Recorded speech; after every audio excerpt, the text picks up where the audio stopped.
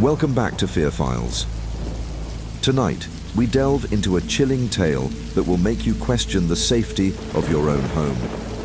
Imagine moving into a charming fixer-upper, only to uncover a locked attic that holds more than just old relics. What if the spirits of a vanished family are waiting for their chance to reclaim what's theirs? In this haunting episode, the Mitchells face a nightmare beyond their wildest fears. Prepare yourself for a story of malevolent forces and the desperate fight for survival.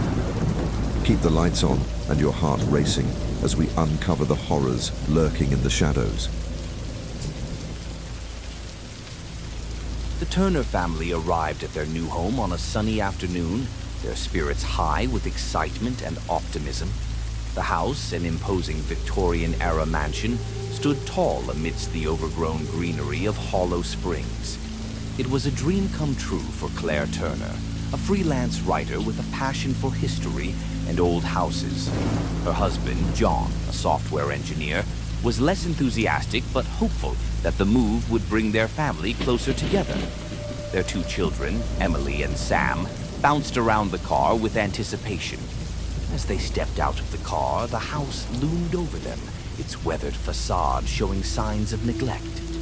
Ivy crept up the stone walls, and the windows, though clouded with dust, hinted at the grandeur within. Claire felt a thrill as she walked up the creaking steps to the front door, the keys jangling in her hand. "This place is amazing, Mom," Emily exclaimed, her eyes wide with wonder.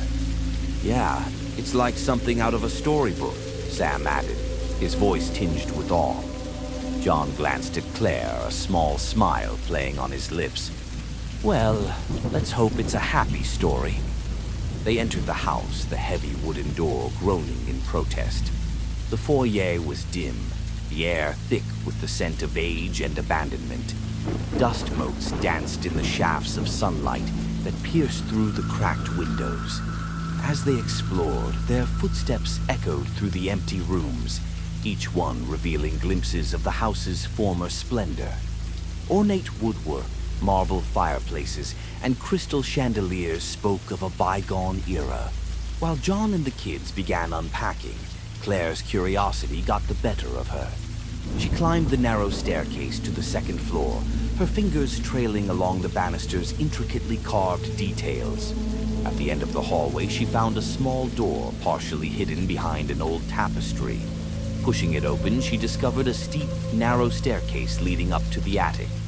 With a deep breath, Claire ascended the stairs, each step creaking under her weight. The attic was dark and musty, filled with forgotten treasures covered in decades of dust. Old trunks, furniture, and boxes were scattered haphazardly, remnants of a life long past. In one corner, she spotted a large, ornate chest, its brass fittings tarnished with age. Curiosity piqued, Claire knelt beside the chest and pried it open. Inside, she found an array of personal belongings, photographs, letters, and a beautifully bound diary. She picked up the diary, its leather cover cracked and brittle, and opened it to the first page. The neat, cursive handwriting read, "The Diary of Elizabeth McAllister." As Claire flipped through the pages, she felt a chill run down her spine. The entries detailed the daily life of the McAllister family, who had lived in the house 30 years ago. The last few entries, however, were filled with fear and desperation, describing strange occurrences and a growing sense of dread. The final entry ended abruptly with a hastily scribbled warning, "Beware the shadows." Claire's heart raced as she closed the diary and looked around the attic. The shadows seemed to deepen, and she could almost feel a presence watching her. Shaking off the eerie feeling, she hurried back downstairs to share her discovery with John and the kids. Over dinner, Claire recounted her findings to the family. John listened with a mix of skepticism and intrigue, while Emily and Sam's eyes widened with excitement. "A hidden attic with old belongings. That's so cool, Mom," Emily said, leaning forward eagerly. "Yeah, can we see it?" Sam asked, his curiosity matching his sister's. John chuckled. Maybe after dinner, kids. We still have a lot of unpacking to do. Claire nodded, but her mind was already racing with questions. What had happened to the McAllister family? And what were the strange occurrences Elizabeth had written about? That night, as the family settled into their new home, the house seemed to come alive. The wind howled outside, causing the old windows to rattle. The floorboards creaked, and the house groaned as if adjusting to its new inhabitants. Claire lay in bed, the diary on her nightstand, unable to shake the feeling of being watched. In the following days, the Turners began to experience odd occurrences. Shadowy figures seemed to flicker at the edges of their vision, and whispers filled the air when no one was speaking.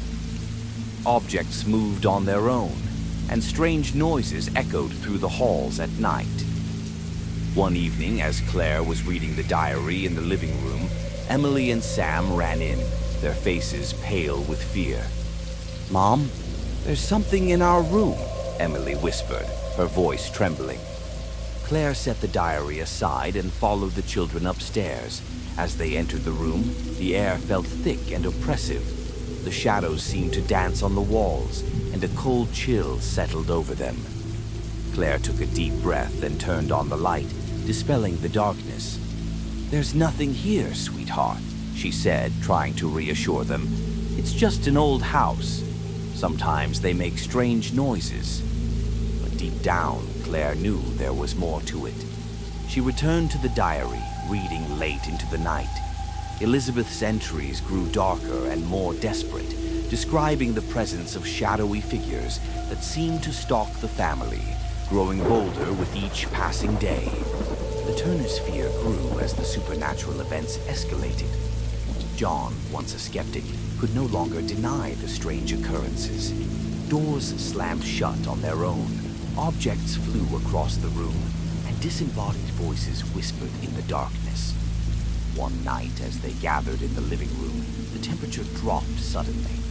Claire clutched the diary, her knuckles white, as a shadowy figure appeared in the corner of the room. It was tall and gaunt, its eyes glowing with malevolent intent. "Get out," it hissed, its voice echoing through the room. The family huddled together, their fear palpable. John stepped forward, his voice trembling. "Leave us alone. This is our home now." The figure vanished, but the sense of dread lingered. Claire knew they had to find a way to stop the malevolent spirit before it was too late. Desperation drove Claire to research the history of the house and the McAllister family. She spent hours at the local library, poring over old newspapers and records. She learned that Alexander McAllister had been a respected member of the community, but his obsession with the occult had driven him to perform dark rituals in the attic. His family had disappeared under mysterious circumstances, and the house had been abandoned ever since. Armed with this knowledge, Claire returned home, determined to uncover the truth and protect her family. She and John scoured the attic, searching for anything that could help them. Hidden beneath a loose floorboard, they found a collection of old books and artifacts, evidence of Alexander's dark practices. As they examined the items, a cold wind swept through the attic, extinguishing the light. The shadows seemed to come alive, and the Turners felt a malevolent presence closing in. In the dim light of the attic, Claire's fingers brushed against a small, weathered book bound in dark leather. It felt colder than the rest of the items, as if it held an otherworldly chill. She opened it and found it filled with cryptic symbols and incantations, the language of the occult. "This must be it," Claire whispered to John, her voice trembling. "This is what Alexander used in his rituals." As they studied the book, they realized it contained instructions for summoning and banishing spirits. The final pages detailed a ritual that Alexander had attempted, one that had gone horribly wrong, trapping his spirit in the house and dooming his family. "We have to perform the banishing ritual," Claire said, her voice filled with determination. "It's the only way to free us from this nightmare." That night, they prepared for the ritual, gathering the necessary items and following the instructions in the book. Emily and Sam watched with wide eyes, their fear mingled with hope. In the attic, they formed a circle, holding hands as Claire recited the incantation. The air grew thick with a palpable energy, and the shadows writhed around them. As the ritual reached its climax, the attic door slammed shut, and the temperature plummeted. Alexander's spirit materialized before them, his eyes blazing with fury. "You cannot escape me," he snarled. "This house is mine." Claire's voice wavered but did not falter. She continued the incantation, drawing on every ounce of strength and courage she had. The shadows closed in, and for a moment it seemed as if all was lost. Then, with a blinding flash of light, Alexander's spirit was torn from the house, his screams echoing through the night. The oppressive weight lifted, and the Turners collapsed, exhausted but relieved. Just as the family thought they had won, the house shuddered, and the walls seemed to close in around them. A deep, guttural laugh echoed through the attic, and Alexander's spirit reappeared, more furious than ever. "You think you can banish me so easily?" he roared. "I am bound to this place by blood and sacrifice." The Turners' hope wavered as the malevolent spirit grew stronger. Shadows swirled around them, and the air crackled with dark energy. Claire realized they needed something more, something personal to Alexander, to break the bond. Months passed since the Turners had left Hollow Springs, and life in their new home began to settle into a semblance of normalcy. Claire resumed her freelance writing, finding solace in the familiarity of her work. John was focused on his job, and the kids, Emily and Sam, were flourishing in their new school. Though they had left the old house behind, the echoes of their harrowing experience lingered in their minds. One chilly autumn evening, as the leaves outside turned shades of orange and gold, Claire sat in her study, working on a new article. Her desk was cluttered with papers and old photographs, but one item remained prominently displayed: the locket from the McAllister attic.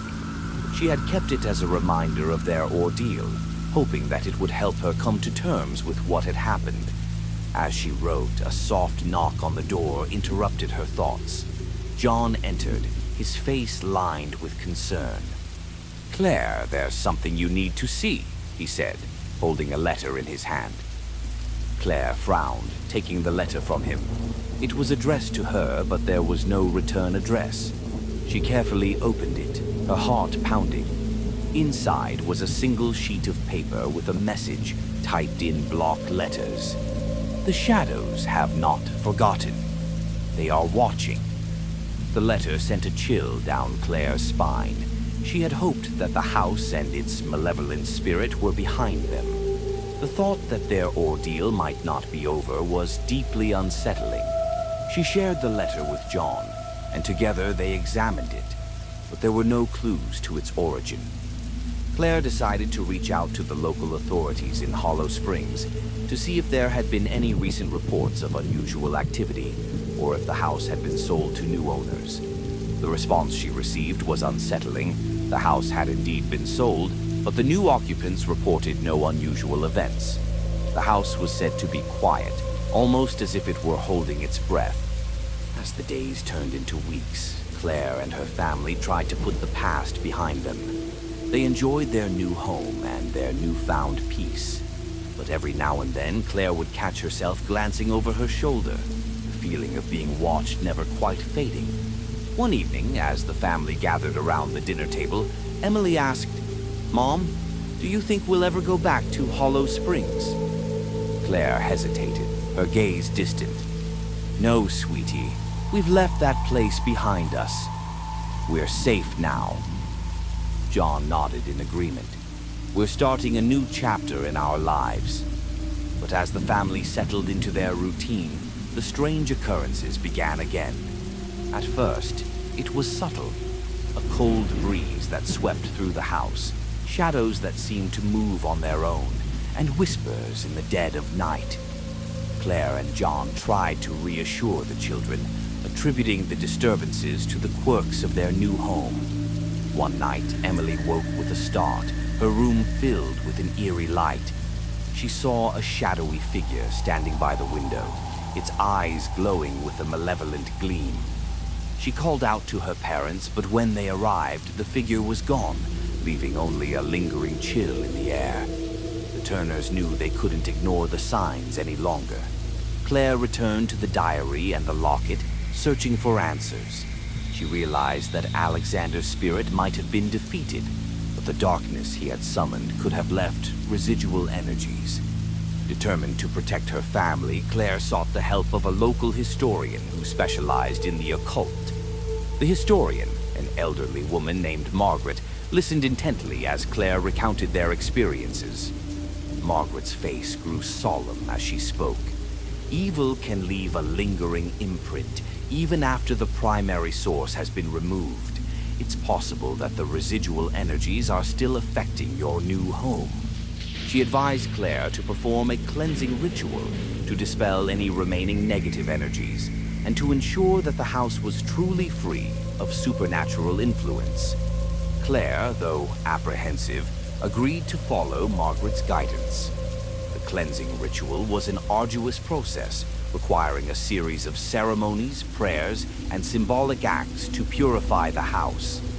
Claire, John, and the children participated, their determination unwavering. They went through each room, lighting candles, chanting prayers, and using sage to clear the air. As they completed the final steps of the ritual, a sense of calm settled over the house. The cold spots disappeared, and the oppressive feeling that had lingered seemed to lift. The Turners hoped that this would finally put an end to the disturbances. In the weeks that followed, the house remained peaceful. The Turners began to feel more secure, and their lives gradually returned to normal. Claire continued to write, her experiences serving as a poignant reminder of the shadows they had faced. But as they looked out over the tranquil autumn landscape, the Turners knew that the darkness they had encountered was never truly gone. It lingered in their memories and in the whispers of the past. The house in Hollow Springs, now a distant memory, was a testament to the enduring power of fear and the strength of the human spirit to overcome it. For the Turner family, the journey was far from over. The shadows of the past might have receded, but they remained a reminder that some things, no matter how deeply buried, are never truly forgotten. The Brown family arrived at their new home on a brisk autumn afternoon. The mansion, with its grandiose architecture and ivy-covered walls, stood in stark contrast to the modest house they had left behind in the city. Sarah Brown, a historian with a keen interest in antiquities, was particularly excited. The mansion had been inherited from a distant relative she had never met, a wealthy benefactor who had recently passed away. Sarah's husband, David, was less enthusiastic. The weight of the estate was evident in the creaking floorboards and the dust-laden air. Their children, Lily and Max, were both curious and apprehensive about their new surroundings. The mansion, while impressive, exuded an aura of neglect and melancholy. As the family began to unpack, Sarah's curiosity led her to the attic, a dusty, cobweb-filled space that seemed to hold the mansion's secrets. Amidst the clutter, she found an old trunk, surrounded by possessions from a family long gone. The items were meticulously arranged, photographs, clothes, and letters, all from a bygone era. The centerpiece was a large, ominous chest with intricate carvings that seemed to whisper of forgotten horrors. Ignoring David's warnings to leave it alone, Sarah pried open the chest. Inside were more personal effects and a weathered journal. As she read the journal's contents, her excitement turned to unease. The last entries were filled with fear and desperation, describing strange occurrences and a growing malevolence within the mansion. The first signs of the haunting were subtle. Lily complained of nightmares, and Max heard unexplained whispers in the night. David, initially skeptical, began to experience unsettling occurrences. Objects moved on their own, and strange cold spots appeared throughout the house. The family brushed off the disturbances as the house settling, but the atmosphere grew heavier with each passing day. The journals Sarah had found described the Hawthorne family, who had vanished mysteriously decades ago. The entries mentioned a malevolent presence that seemed to grow stronger with their fear. One evening, as a storm raged outside, the mansion seemed to come alive with sinister energy. The Brown family huddled together in the living room, trying to ignore the creaking floorboards and the eerie whispers. Sarah, determined to uncover the truth, delved deeper into the mansion's history, finding disturbing clues about the Hawthorne family's dark practices. The entity's presence grew more pronounced. Shadows seemed to move independently of their sources, and chilling, disembodied voices filled the mansion. The family's fear began to escalate, feeding the entity's power. Sarah and David attempted to confront the entity directly, but their efforts only seemed to provoke it further. The entity could manipulate their surroundings, creating illusions and amplifying their worst fears. The mansion became a labyrinth of terror, with hallways that seemed to twist and rooms that changed shape. The journal hinted at a way to banish the entity, but required a ritual that was complex and dangerous. Sarah and David decided to perform the ritual, hoping it would end their torment. As the haunting intensified, the family's sanity began to fray. David and Sarah argued about their next steps, their fear and exhaustion driving a wedge between them. Lily and Max became increasingly distressed, their sleep disrupted by the entity's malevolent influence. Sarah's research led her to a local historian who revealed that the Hawthorne family had been involved in occult practices, using the mansion as a site for dark rituals. The entity was not just a vengeful spirit, but a malevolent force bound to the mansion by these practices. With this knowledge, Sarah and David prepared for the ritual, gathering the necessary items and fortifying their resolve. The mansion's oppressive atmosphere seemed to push back against their efforts, as if the entity was aware of their plans. The ritual began with an eerie calm, but the mansion soon erupted in chaos. The entity manifested in its full, terrifying form, an amorphous shadow that twisted and writhed with an almost sentient malice. The Brown family's fear was palpable, their terror feeding the entity's strength. As they performed the ritual, the mansion seemed to come alive with a life of its own. Walls trembled, and the shadows grew darker. Sarah and David fought to maintain their focus, their voices chanting the incantations as their surroundings became a nightmarish blur. In a climactic battle, the entity's power was finally broken. The mansion seemed to release a sigh of relief, and the oppressive atmosphere lifted. The family collapsed in exhaustion, the ordeal finally over. With the entity gone, the Brown family faced the aftermath of their harrowing experience. The mansion was still, the once threatening shadows now mere figments of memory. They began to restore the house, driven by a renewed sense of purpose. As they worked, Sarah and David reflected on their experiences. The mansion, though still grand and imposing, no longer felt like a prison. The dark history had been confronted, and the lingering presence of the Hawthorne family had been put to rest. The Browns knew they would carry the scars of their ordeal with them, but they were also aware of their resilience.